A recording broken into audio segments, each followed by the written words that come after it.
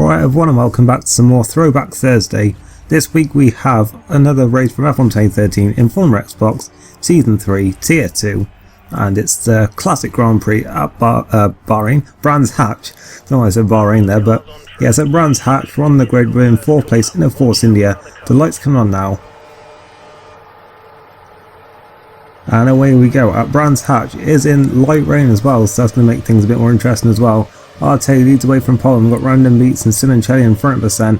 As into turn 1 we go, we try and get over to the inside line, and we've got DLT coming up or inside there, and through he goes into turn 2.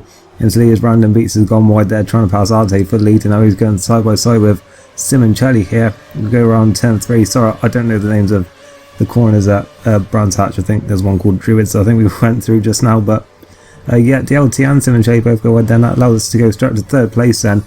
As yeah, we're in behind once again Random Beats and Arte 94.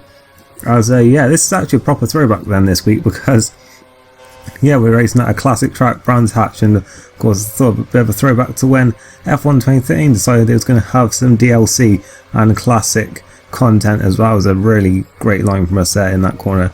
I mean, the corner cutting was a bit of a joke on this track, I remember, and yeah, as we see them going side by side actually up in front for the lead, and yeah, this track is not really great for modern cars. I think well, if you raced on this game on this track, then I think you'll sort of realise that. So yeah, not really a lot of places to overtake. It's quite a fast running track, not a lot of straights, not a lot of heavy braking zones. That's really the only place there, in fact, and yeah, even then it's like sort of really difficult to actually sort of outrate someone into a corner around this track.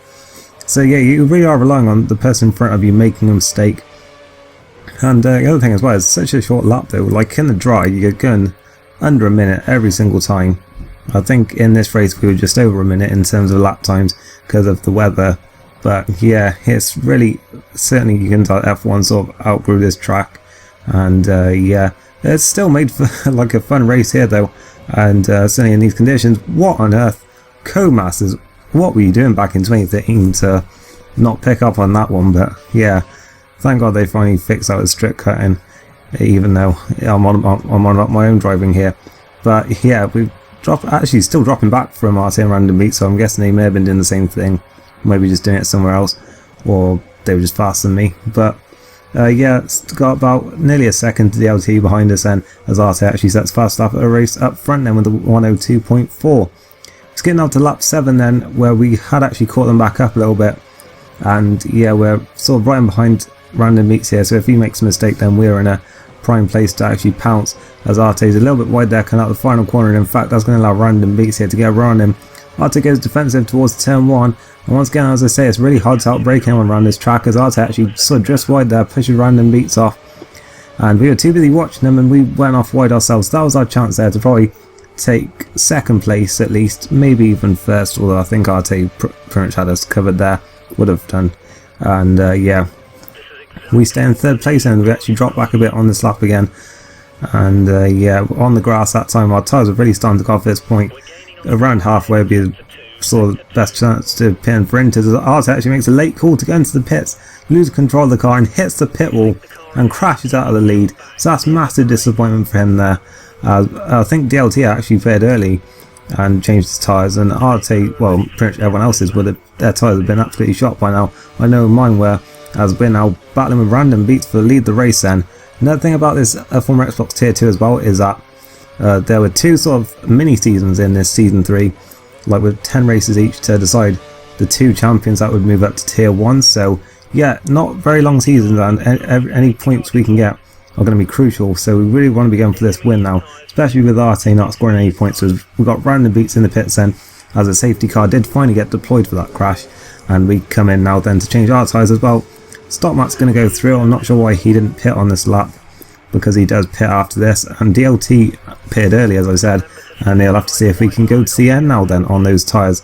And yeah, safety car is going to be coming in on the end of lap 11 then, so that's 8 laps then to go, and really not that long on this track then, only sort of just over 8 minutes of racing still to go in this race, as we're weaving our tyres about all over the place here to try and get some heat into them in these damp conditions. and yeah, just waiting to see if we can pounce on Random Beats. We've been sat behind him for 11 laps now, and yeah, we really want to get past him as soon as possible if we can, especially if DLT stars are going to go off at the end of the race. We really want to get this win if we can and get some good points here today. Got Cemetery right behind us as well then as we go into turn 2, and Random Beats a bit wide once again there, so we a little bit. We locked up our front right, I think, as we go around turn 3, very close to the back of him here.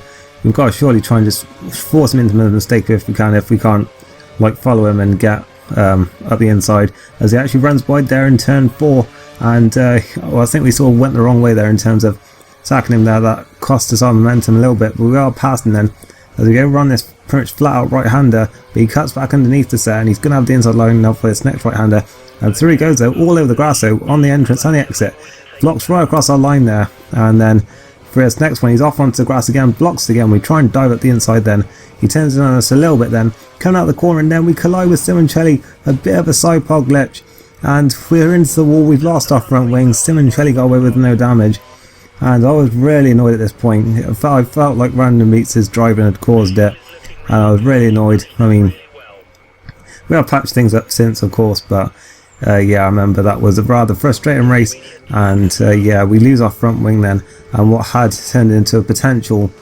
win, possibly challenging for that, is turned to us having no front wing. We're down in 12th place with probably no one still to pit again, so we're just going to have to spend some fast laps now and try and recover something if we can. And yeah, on to lap 16, and we lose connection to Kino, so that's going to give us a place and up to 11th place, so we just have to pass one person now, won't be into the points. We caught Daniel here, Dan Mack I think it says, very quickly, and yeah, we're catching him extremely quickly. As you see, he's on the grass there, and we really don't want to repeat what happened before, but there's no one behind us this time, so that's probably not going to happen, as yeah, he was well out of shape when we managed to pass him quite comfortably there. Through into 10th place. Now, can we catch anyone in front of us? Well, in only 3 laps we did manage to do that, as we were right onto the grass. Once again, we take a great line for that right hander, as Psycho Squish actually wins the race. This is actually one of the first times I've ever raced him, and yeah, that turned out to be quite a rivalry, as yeah, we were apparently a second and a half behind Drastic Midget, but we're a lot closer to that now then. So we use the rest of our curves, coming out the final corner, he's on the grass a little bit, and to the line he just about stays ahead, so it's a rather frustrating 10th place for us in that race. We do take the fastest off of the race though, as we were charging back through the field, so yeah, that is something at least. And yeah, it was Psycho Swish from DLT from Random Beats, and I can't remember for any penalties handed out during that, I can't remember now. But yeah, I hope you enjoyed this one. If you did, leave a like if you want, and if you've got any suggestions then feel free to comment them. I'll see you next time. Thanks for watching, and goodbye.